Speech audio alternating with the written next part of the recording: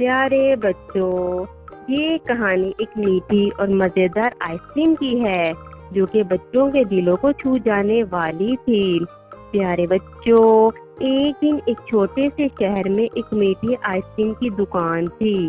دکان کا نام آئس کریم کریمی تھا اور اس دکان کی مالک آپا ایسی خوش نصیب تھیں کہ ان کے ہاتھوں کے ذائقے نے ان کی آئس کریم کو بہت شہرت دی۔ پیارے بچوں، ایک دن شہر کے سب بچے مل کر اپنے دوستوں کے ساتھ آئس کریم کریمی کی دکان پر پہنچے۔ ہر کوئی اپنی آئس کریم کے انتظار میں تھا کیونکہ آئس کریم کریمی کی دکان پر ہمیشہ نئے ذائقے کی آئس کریم ملتی تھیں۔ پیارے بچوں، آپا نے آئس کریم کریمی کی کئی مزیدار آئس کریم تیار کی جو کہ بچوں کو بہت پسند تھی۔ پیارے بچوں، ہر بچہ اپنی آئس کریم کے لیے قطاروں میں کھڑا ہو گیا۔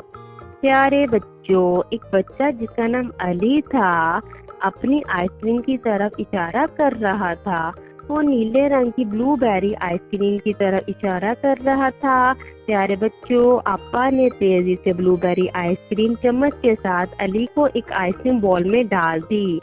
علی خوشی خوشی سے آئس کریم کھانے لگا اور کہنے لگا، ارے واہ آپا، یہ تو بہت مزیدار آئس کریم ہے۔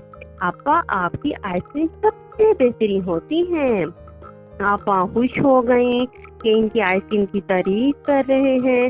وہ کہنے لگیں، شکریہ علی، ہمیشہ خوش رہو اور ہماری آئس کریم کریمی کی دکان پر آتے رہنا۔ پیارے بچوں، آئس کریم کریمی کی دکان کو خوشی خوشی سب بچوں نے چھوڑا اور اپنی آئس کریم کے ساتھ گلیوں میں خوشی خوشی کھیلنے لگے۔ پیارے بچوں، آئس کریم کریمی کی دکان نے بچوں کی خوشیوں کو بڑھایا اور ہمیشہ ان کے لیے مزیدار آئس کریم تیار کرتی رہیں۔